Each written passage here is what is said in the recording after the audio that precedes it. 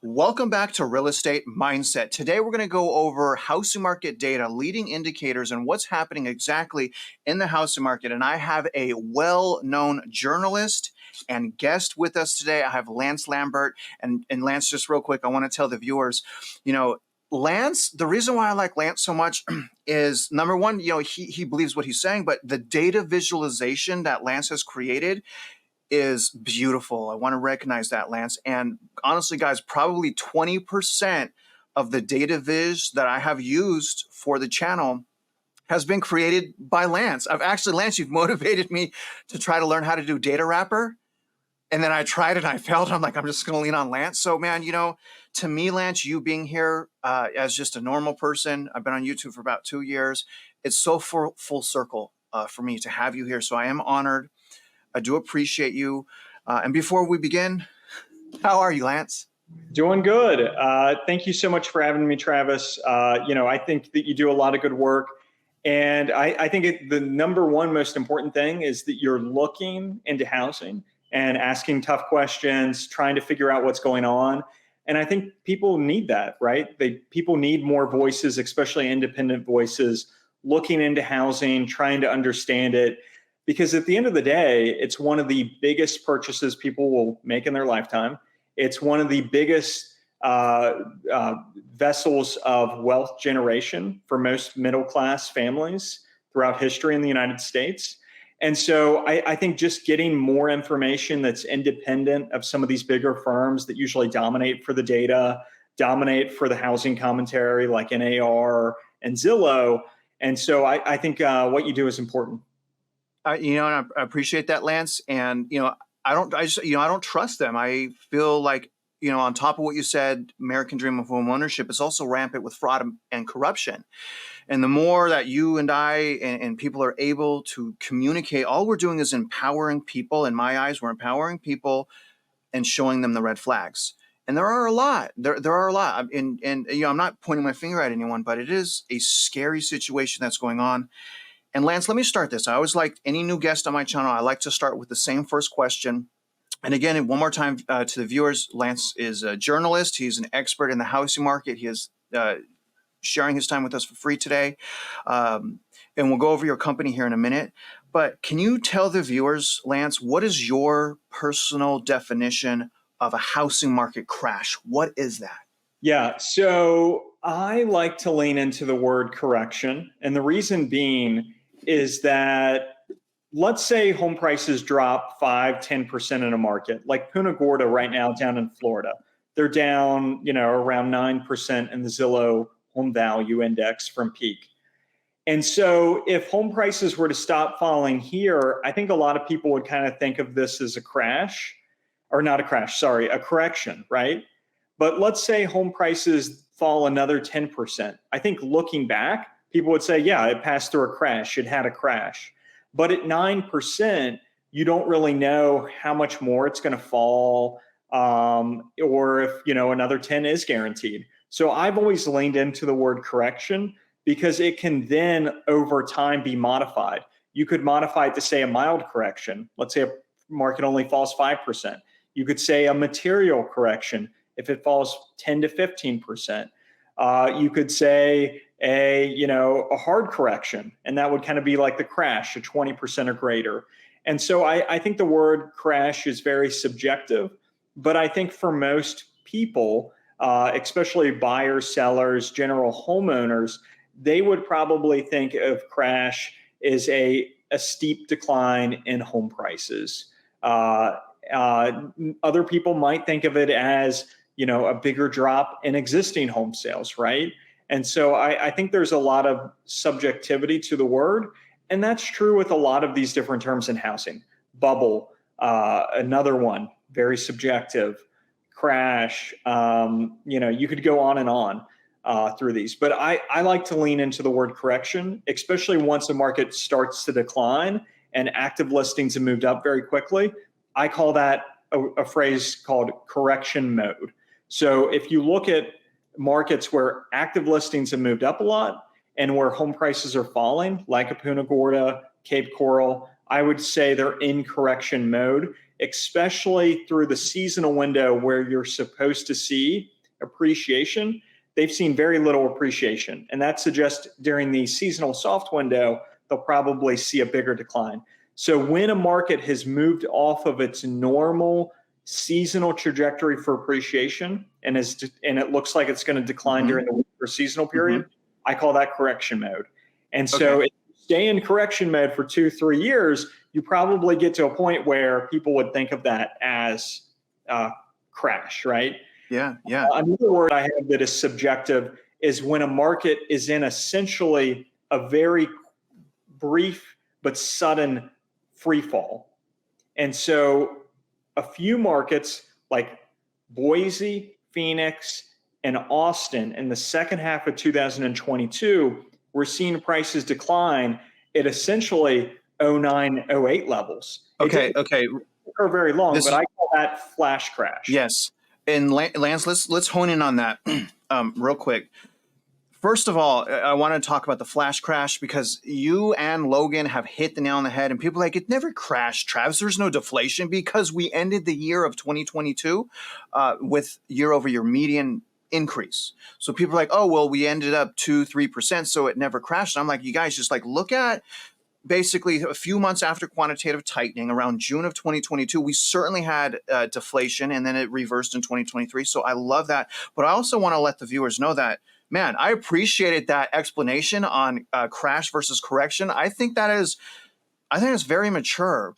In essence, what you have said is, we'll say a great correction in people's minds would be 20% nominal price decline for kind of like a deep correction that people would potentially. Yeah. Right. Now, great stuff here. And I want to move on to our leading indicators.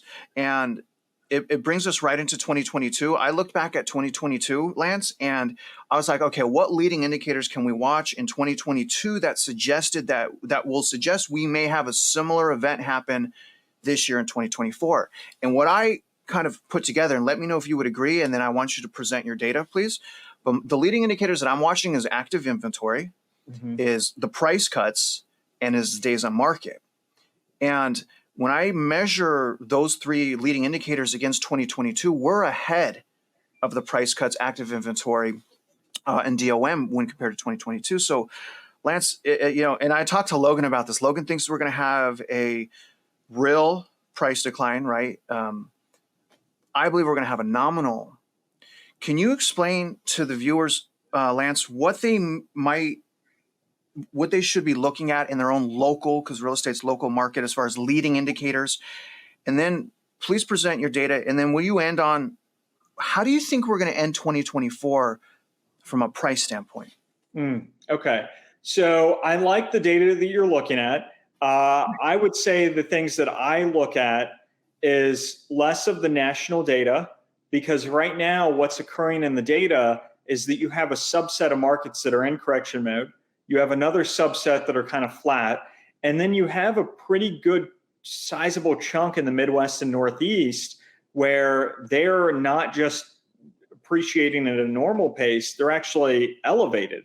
So what's occurring is that since you have such a weird mix of different types of markets, it's making the national numbers a little bit odd relative to how your individual market could be performing right now. And so the things that I would look at are, how has active inventory in your market shifted on a year-over-year basis? And then how is it shifting relative to the normal seasonal trend? And then the second thing I would look at is, what is your housing market doing on a month-over-month basis in some of these different indexes? And so the easiest one that you could find is the Zillow Home Value Index. But if your market was essentially flat through spring 2024, your market's probably going to see some declines as we move into the second half of the year. If your market was at essentially a normal seasonal pattern for the spring, you're probably just going to go flat, maybe not too many declines in the second half of the year. And if your market is like Hartford, Connecticut, where you saw elevated growth that was beyond seasonality in the first half of the year, you're probably going to hold fairly steady in the second half of the year, especially because Hartford has so low active inventory. And to kind of give people an idea of what I'm talking about here, are you okay, Travis, if I start sharing charts? So these three charts, and they're kind of more in line with what you were talking about in terms of analyzing the local housing market. But these three are days on market, active inventory relative to pre-pandemic, and year-over-year price change. And I'm going to run through it. And after seeing these three maps, you will know exactly where the weakness is in the country, and then you will exactly know where the market is still tight and is helping to hold up the national aggregates. So here's median days on market by metro area. And what you will see is that around the Gulf right now is where the weakness is. It's where homes are taking longer to sell. And, Dallas is holding up a little bit more in Houston than other parts of Texas, which is helping to hold up the aggregates for Texas. But still, there's a weakening there. Louisiana, Mississippi, the coastline for Alabama, and really most of Florida at this point, in particular, Southwest Florida. And Southwest Florida is interesting because a lot of the dynamics in play in Florida are there, but they also got hit by Hurricane Ian, which helped to accelerate the weakening in the market. I don't think all the weakening is because of that in Southwest Florida, but it accelerated it. Just those few thousand additional homes on the market that were distressed, helping to push up some of the active inventory in the market. And Lance, can I ask you, brother, because I'm looking at your map there, is it, because, okay, I kind of see here, does it show us as well, Lance, that there is a little bit of potential softening on the West Coast towards the coastline, maybe a little bit northern California? We'll get into that. So some of that is lingering weakness that happened in 2022. Now, Arizona definitely, and there's still patches of Colorado as well. Let's go to active inventory, which I actually like the active inventory one more than the days on market. So active inventory, this is the change between now and the same month in 2019. And this has actually been the top indicator for the statistical correlation with price declines. Is the closer and the quicker you get to pre-pandemic inventory levels, the more likely you have been to see your market fall for prices. And so right now, the Austin metro area is up 41% above pre-pandemic levels. And that's the market where prices have fallen the most. And you will see it's really patches of Texas, some parts of Louisiana, and then a lot of Florida. And then the other patch is up around Nashville area. And then there's the Mountain West one as well. And some of these are lingering ones where they got up to pre-pandemic levels very quickly, the end of 2022. So that would be like Idaho, Austin, and then that's when they saw their prices decline. Whereas the Florida markets, they're just now getting to it, and they're just now starting to see more of the price declines, and that will continue through the second half of the year. I would very likely, given the trajectory of the market there. And then here is the year-over-year price decline across the country. And you will see that the weakness, again, it's a lot of the Gulf is where the weakness is. And I do believe that this Florida, within the next 3 to 4 months, will be redder as the data rolls in. And this data is using single family and condo. If I just do condo for Florida, it's all red. The condo market has seen a lot more price declines across Florida. And a lot of that is tied to the fact that there are changes in the condo market relating to the Surfside condo collapse that happened in the end of 2021 that are just now at play in the market. I love your map slogan. If you could, that price change map that you were just at, where was the one you were just at? But anyways, so the leading indicators you went in, if I'm looking super closely, I don't see the clusters like we do in the Panhandle and the Gulf, but I do see each of those leading indicators, it does appear like northern West Coast, like Northern California up, and then some spots in the East Coast, and then like you said, the Western mountain areas. Yeah. This is very interesting. This is Now, happening. this one is down from peak. And what you will Okay. see is that despite a lot of these California markets seen year over year and out west, they're actually Mm-hmm. still below their 2022 peak. And some of them still below about 10%, like Boise, San Francisco, Northern California patches.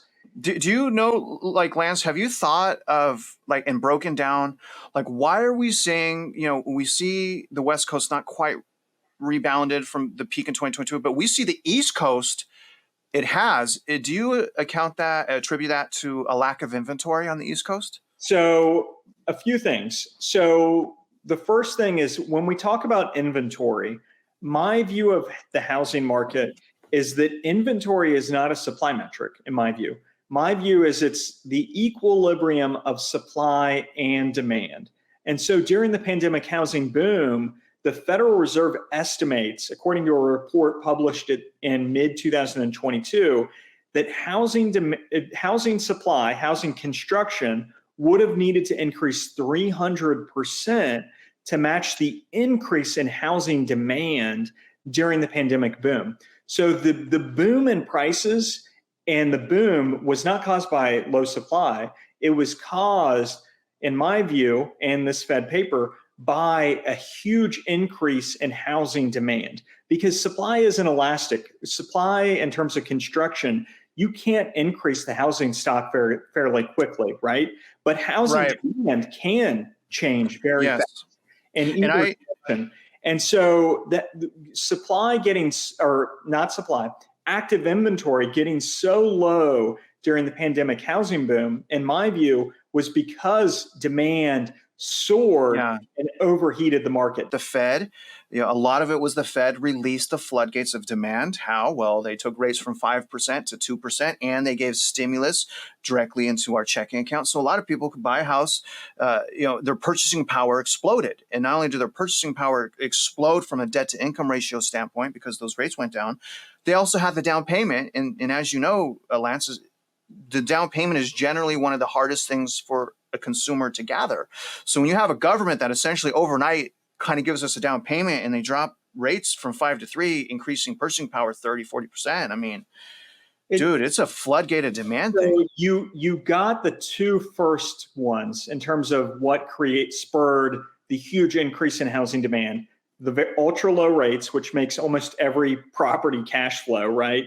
The stimulus being the second. The third, and this one is super important for the overheating of housing, the work from home effect and the increase in demand for housing space. So Yes. like me, Yes. I lived in Manhattan for 5 years before the pandemic occurred. And the first week of lockdowns, I decided my wife and I, we had a 3-year-old then.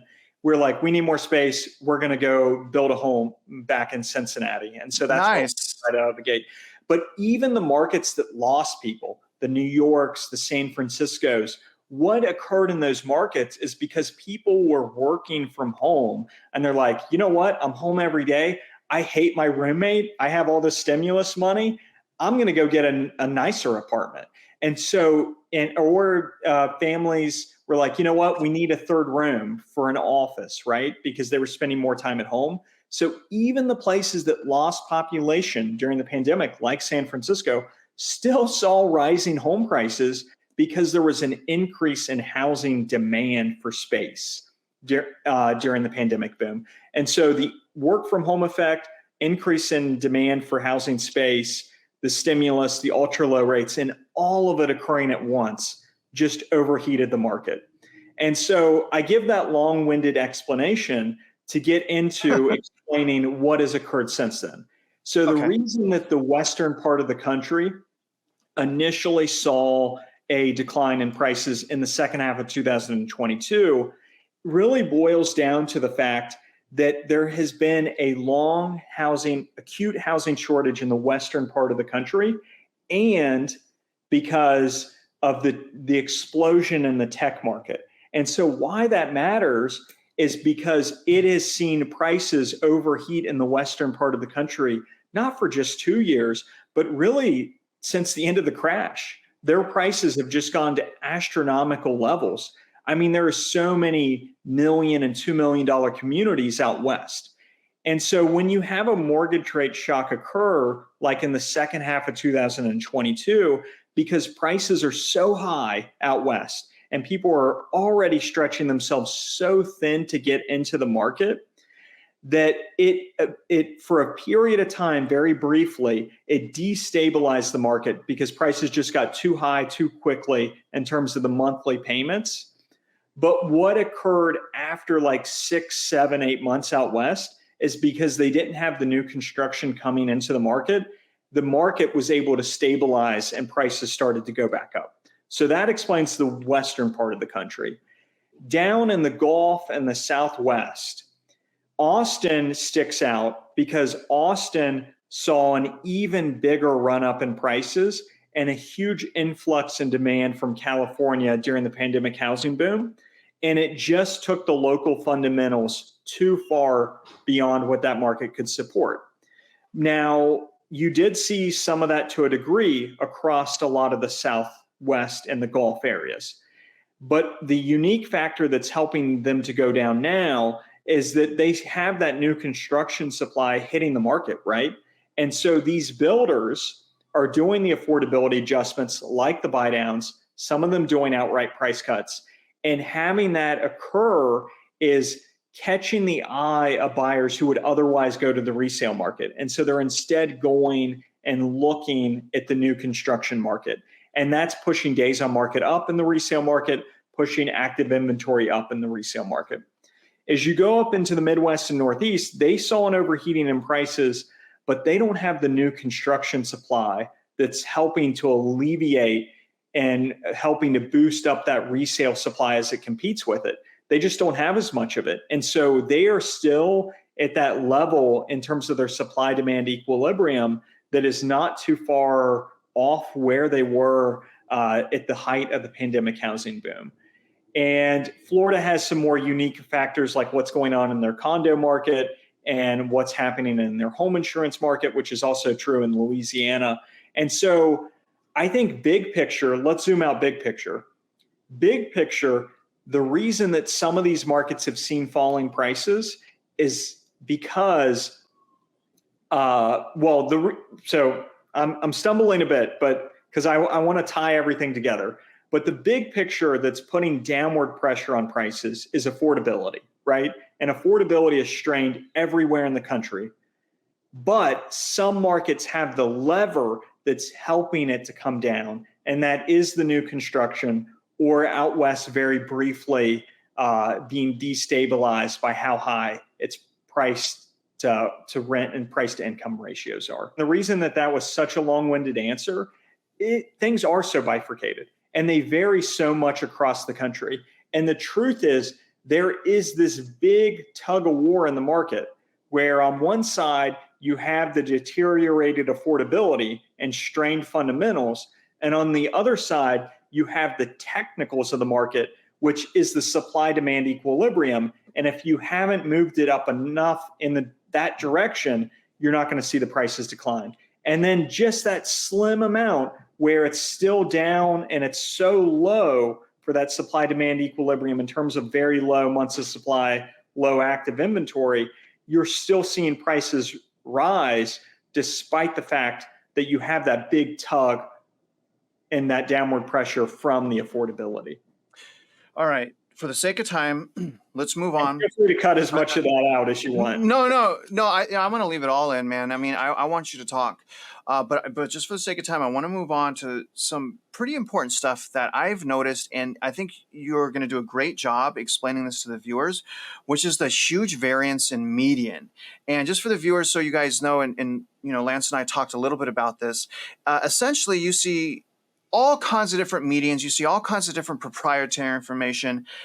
I'm just going to say there is no median that is true median when you have price buckets, when you have proprietary stuff. And we see that right here, Lance, when Redfin, for example, has $442,000 median. Zillow has an $80,000 lower median at $362,000. I know you said they've cut off the top and the bottom, but for a lot of America, they've cut off what they're interested in reviewing, the bottom end of the market. So there's a huge gap. If you can explain to the viewers that gap. And then one other thing, if you can explain to the viewers how also median is not a good way to track prices. Really, you want to do comparable sales data on a localized level to see what's happening in a subdivision, because subdivisions are so different. Like you may have two subdivisions in Austin, completely different, but you see the higher end of the median, $1 million plus homes, we have growth in sales there, 3.6%. Now, I know that's only 8.8% of the total market. I know that most of the market is 250 to 500, but we see the lower end of the median going down, whereas only the higher end is going up from a transaction standpoint. And can you tell the viewers how, the higher end of the median maybe not flourishing, but growing, lower end not, and how that manipulates median?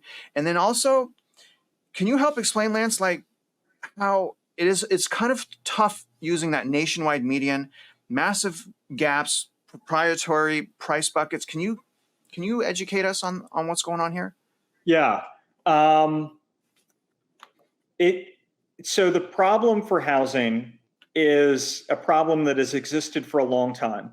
And it is the fact that every house is so unique, right? It's not Apple AirPods, which is a similar like product, and you can very easily understand the price, right? And so with homes, they're very different products. They're not like a stock. And so economists and statisticians have tried to come up with ways to measure, to find out what's happening to price. One of the initial ways that they created was medians. And so you just take all the homes sold, you take that sales price, and you just get that middle number, right? Well, the problem with medians for home prices is there's mix shift. And there's mix shift both on the type of product and also on the location of the product. And so if you go back to the housing crash back in the 2000s and you look at new home prices didn't fall as much as you would think they did in terms of the medians. And you look at some of these aggregates, it might only show a 12% decline. And so what occurred is in the real world, new construction prices did crash, and they crashed a lot more than 10 or 12%.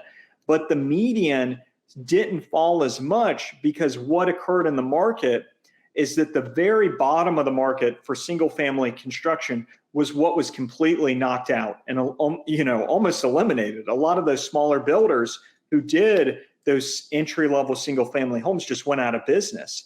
We had a credit tightening that just knocked entry level buyers out of the market. And so builders at the time actually started to focus on bigger homes and luxury homes. And so that kept the median up more than what was the reality. And so that's one of the downsides to medians. So you go into the late 80s, into the 1990s, and the Case-Shiller index was created.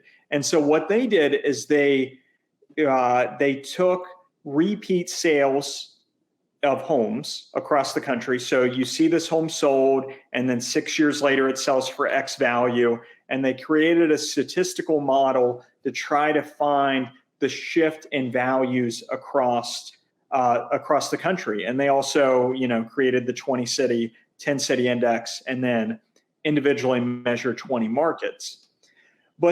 And so from there, that kind of caught on, and there was a lot more repeat sales indices that were created. I'm personally a big fan of them. The main downside to them is, one, it's hard to get the regional level data because a lot of it's proprietary. Black Knight has one that does a lot more markets. And then the second factor is that it's lag data because you have to wait for the homes to actually sell and to be measured. And then they do 3-month averages, which then even makes it lag even more. So there's a lagging downside. But even with the repeat sales indices, some of them like Freddie Mac, they only use homes in the Freddie Mac and Fannie Mae data universe. And so a lot of them have data universes that are narrow. So Case-Shiller's is more of just single family homes. Others like Zillow is single family and condo. And then Zillow's a value index, and they they make their average by looking at just the middle, so the 35th percentile to the 65th percentile. But big picture, what I'm getting to here is that there isn't a 100% understanding of home prices to 100% degree, right? You're using proxies. I consider them all proxies. They're proxies for what could be happening to home values. And I think the best thing to do is to have a few of them that you look at and have them down to a regional level, and then make sure you're comparing apples to apples. Understand the seasonality that might happen for that data series so that you're not comparing a June to January, and then Yes. and so understanding the seasonality within your model. But they're all proxies. And Yes. over time, we will get better proxies. Some people like to do average or median square foot price. There's a lot of different ways to cut it, but they're proxies for the market. And honestly, Lance, I'll be leaning on you, and I'll push it, man. And we'll tell you guys in a minute. But I was like, Lance, can you make this graph? Because you're the graph dude, And I wanted to ask you. I want to move on to this next thing. You know what the actual price is? Here's what the price is. What you sell it for. What you sell it for, what you buy it for. That's the real price in the market. So if you sell me your house for $1, it's now worth $1? Tell that to the taxing agencies, okay, my friend, because they will gouge me and rip me off. And yeah. But I hear you. No, you're doing great, Lance. I really have a lot of respect for you. Now, we talked a little bit prior to hitting record, and you were like, Travis, I don't want to put words in your mouth, but you were like, Travis, I was more bearish in 2022. Maybe it changed a little bit. And I want to talk about what happened maybe in the year of 2023 that kind of built up a less bearish outlook on the housing. But before I do that, I want to present to you some findings that I thought, and because you're educated in this field, that I thought would be interesting to you. And one of these things, Lance, and this is kind of crazy, this is a report from the CFPB on qualified mortgages. This is a report done prior to lockdowns in 2018. This is a report that is basically saying that, and why they continue to buy these loans and why they continue to give access to automated underwriting to the lenders to adjust threshold DTI, I do not know. But in 2018, they found that 16% of all of the loans, first mortgages that closed, were in violation of qualified mortgage affordability ratios, which is the debt to income ratio. That's in 2018. That's 957,000 loans. That's a lot of loans. Now, the crazy thing, and this is my point, Lance, instead of them tightening up automated underwriting or just remove the ability from the lenders, they just changed policy instead. And this is during lockdowns while everyone's like, oh, the house market's going to crash, or it's not going to crash, or just buy, or fear of missing out. They just changed the policy and they removed the cap of 43% and made it more of a price-based threshold, which essentially means they got to have 2 to 6 months of reserves. That's one thing. And then look at this other thing that I found. And then I want you to talk. This is a report. Okay, and this was issued by Fannie Mae. This is an appraisal report dated December of 2023. And this is something I've been following. I'm actually, as soon as we're done with this, I'm leaving to Dallas to talk to a whistleblower on value fraud. But what I'm suggesting here is the foundation of prices is actually there is a level of fraud. I know it depends on the market.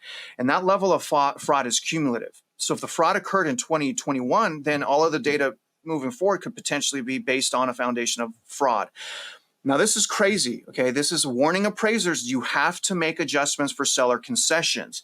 This is more of an issue, not necessarily, depending on the market, like in my market, Houston, existing homes have massive seller concessions, but I have a lot of inventory and new homes. This is saying, Lance, that they reviewed 7.6, this is from Freddie Mac, this is not me. They've reviewed 7.6 million comparables, of which 58% of those comparables are of great concern because they did not make adjustments for the seller concessions. And so, I'm worried, and we're not even talking about the lack of income growth. I'm only talking about the potential fraud. Are you concerned with some of those things that I showed you? Does that change your perspective? Are you bearish or bullish going into the end of 2024? Well, so let me say this, is that I am trying to be less in terms of like, I'm bullish, I'm bearish, I'm going to cover the market no matter what happens. And what I can tell you is there is spreading weakness across some of these Gulf markets, and the Midwest and Northeast still and Southern California still stayed fairly tight in terms of the resale market. And so bullish, bearish, I don't really want to put myself into those camps. Now, what I mentioned earlier is that I was a bit more bearish in terms of 2022 in spring and summer. And the reason being is that in March 2022, when mortgage rates were just getting close to 4%, the industry at the time was very much thinking that, hey, maybe we get it to 4.5, worst case scenario, maybe gets close to 5, and we're very quickly going to get down. Well, I had talked to Mark Zandi, and we talk every couple months, and we've been doing so since spring 2020. His view was that rates were going to be much higher, 6-7% potentially, and stay there for quite a while. And so knowing that bit of information, and I took Mark's word at it, because the one thing about Sandy is he's been great on the bond market over time, at least during our discussions. And so if you do the math, going up to 6-7%, given what had just happened to home prices, affordability was going to get strained to levels not seen since the early 80s. And so given that I believed that Mark was probably right, or there was a good chance that he was going to be right, that 6-7% mortgage rates were a possibility, I prepared myself to cover, potentially home price declines. Now, we did see in the second half of 2022 some flash crashes, especially out west, and then into the market in 2023, we saw a lot more stabilization. Now, since we've seen more spreading weakness across the Gulf, and in particular Florida and parts of Texas, I feel good about where my reasoning was for getting more bearish. I didn't come out with any big calls, but I think that, given what I believed could happen to affordability, which did occur, I think it was right to be, concerned at the time. It just so happened that, the more bearish scenario didn't play out. And I think a reason for that is because we haven't seen more distressed sales. The economy has weakened some in terms of there's been a cooling effect, but you haven't seen a real big spike in unemployment, right? That would put more of that downward pressure on housing.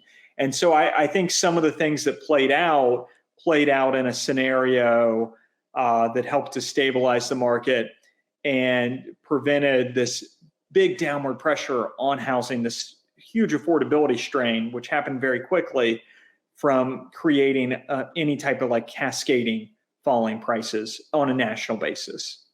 Okay, so two more questions, and we'll get out of here. I want to go into Black Knight, and then where I want to end, Lance, is talking about the residential club, the club that you have, the data and stuff like that. And then it's just some ideas, because honestly, man, I absolutely love your data viz. I find it extremely helpful. So thank you. Now, speaking of distressed sales, I want to show you one of my concerns, and I know we talked a little bit about this. Now, one of my concerns is a lot of the industry is looking at Black Knight. Black Knight is one of the leading data providers for, let's just say, distressed sales or foreclosures or delinquencies. And one of my concerns is they're not using all of the data. They're not even using half of the data. I've heard from Melody Wright that the servicers that they are using are more of the top performing servicers, meaning that the bottom performing servicers that show more delinquency aren't there. So I see Black Knight saying to everyone, we have a 3.49% delinquency rate, only 2 million people. That's still a lot. I'm not being insensitive.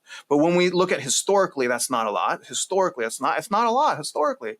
It's saying 2 million, but when we go over to HUD, they have a way different picture. And they're saying that they're basically that the delinquency rate, people behind on their mortgage, is actually 5.3%, way higher. And the amount of people that are behind on their mortgage is more like 4.3 million. So Lance, does it concern you? The data reporting, does it concern you at all? The proprietary, the over optimism? I know you're not trying to be on either side of the coin. So not being on either side of the coin, how do you feel about that? Yeah. So again, it goes back to the data universes that they use, right? That can be a big driver for the data. And I would need to see the HUD numbers over time and then see the Black Knight numbers over time to get a better idea. But when it comes to distress sales, you know, in terms of like, let's say that we got it wrong in terms of the credit scores are not, you know, what we thought they were, or there's more building distress than we thought there was. Where we would catch that is in the new listing data. We would see a bigger increase in new listings as these distressed properties come on the market. But right now, new listings are very low. Not active listings. I'm not talking about active. I'm talking about resale homes that go on the market. And what's occurring that's gumming up resale churn is that affordability is so strained that we are not seeing we're not seeing much turnover in the housing market where someone sells their home to go buy something else because a lot of them just can't afford to do it. So that's suppressing the new listings more so than normal, but we're still not seeing much other new listings from distressed sales. Now, if that changes over time and it rips up, there could be a chance that we were wrong in terms of the credit scores and some of these other things. But I think the channel that I'm watching for distress is very much on the new listings data. Although, I appreciate the digging that Melody is doing in terms of, trying to find out what's going with these delinquency rates and why they vary so much across these different servicers and providers. Yeah, why is it saying that 2.3 million more people are behind, and then the leading data provider is like, These are important questions to ask, and I'm just not, that's not as much my area expertise. But where I do think I would catch it is on the new listings data. And you're 100% right. And I threw that screen up for the viewers because there's so many different data sets. Again, he's not talking active and he's not talking supply. Active, we have, I think, close to 4-year high. Supply, we're ahead of 2019 and 2017. We're at 3.8, 3.9. I don't know. Redfin just updated. I can look. But moving on, to the viewers, I talked to Lance. I'm like, Lance, can you make a chart that shows like multiple data provider medians so we could track like 7 different medians? And Lance, it drives me crazy because the median should be the same. I get why not, but I was like, can you do that? But I also challenged Lance. This is to the viewers, and I also challenged Lance. I said, listen, Lance, like I will push people to your grass. I'll push people to your subscription. But if there's a way that you can give us something to where I can show people how to use the comps in localized subdivisions, I think you would change the world. I think you have the ability, Lance, to do that. I don't know how the back end works, but if you can give us comps on a subdivision level, I'll pull the other half of that, and I will train people how to use that information for wedge and cash flow. Can you tell the viewers where they can go to get more information about what you're doing? And can you tell the viewers, are you going to change the world? Are you going to give us that info? So I would certainly look into it, and I got a lot of things I'm trying to build at the moment. But I do want to be a resource to help people understand what's going on in the housing market, how it varies across the country, and to their market, kind of tying some of these bigger stories together. And so if you want to read my work, which is very data-driven, you could go to residclubanalytics.com, put in your email, get on the free email list. I send out probably 3, 4, 5 articles per week for free. And then I also have a premium service that is Resi Club Pro. It's 3 additional articles per week. And you get access to the Lance Lambert inventory tracker, the Lance Lambert price tracker showing counties and metros across the country for prices in many different directions in terms of analysis, and really just trying to figure out what's going on in the market. But otherwise, if you stay on the free list, still you're going to get a lot of good content, a lot of data-driven content. I do a lot of interviews with executives across the space. I interviewed and published a story with KB Homes CEO yesterday. Over the weekend, I had a story interviewing the head of build to rent for American Homes for Rent. And so I'm just really trying to get a pulse on what's going on in the market and really just want to be your data-driven gateway to the U.S. housing market. And if people want to follow me on Twitter, which is I'm nonstop there. It's at News Lambert. If you ever have any questions, feel free to send me an email at lance@resiclubanalytics.com or message me on Twitter. But tweeting, I'm there all day. So if you have questions, you could even shoot them to me there, or you have data you want me to help find. I love it. And if you see Logan, let him, just ask him, man, why is Logan ducking me? Ask Logan why he's ducking me. I love Logan, man. He's so petty, Lance. I love it. But anyways, man, phenomenal job. To the viewers, once again, let us know how you felt about his presentation. I thought it was very balanced. Obviously, neither one of us know. So when we come together, we actually sharpen one another. So hopefully you guys are enjoying it. Comment below again, you guys. Now, other than that, if you guys are out there investing in real estate, you know that we wish you luck and we hope you win.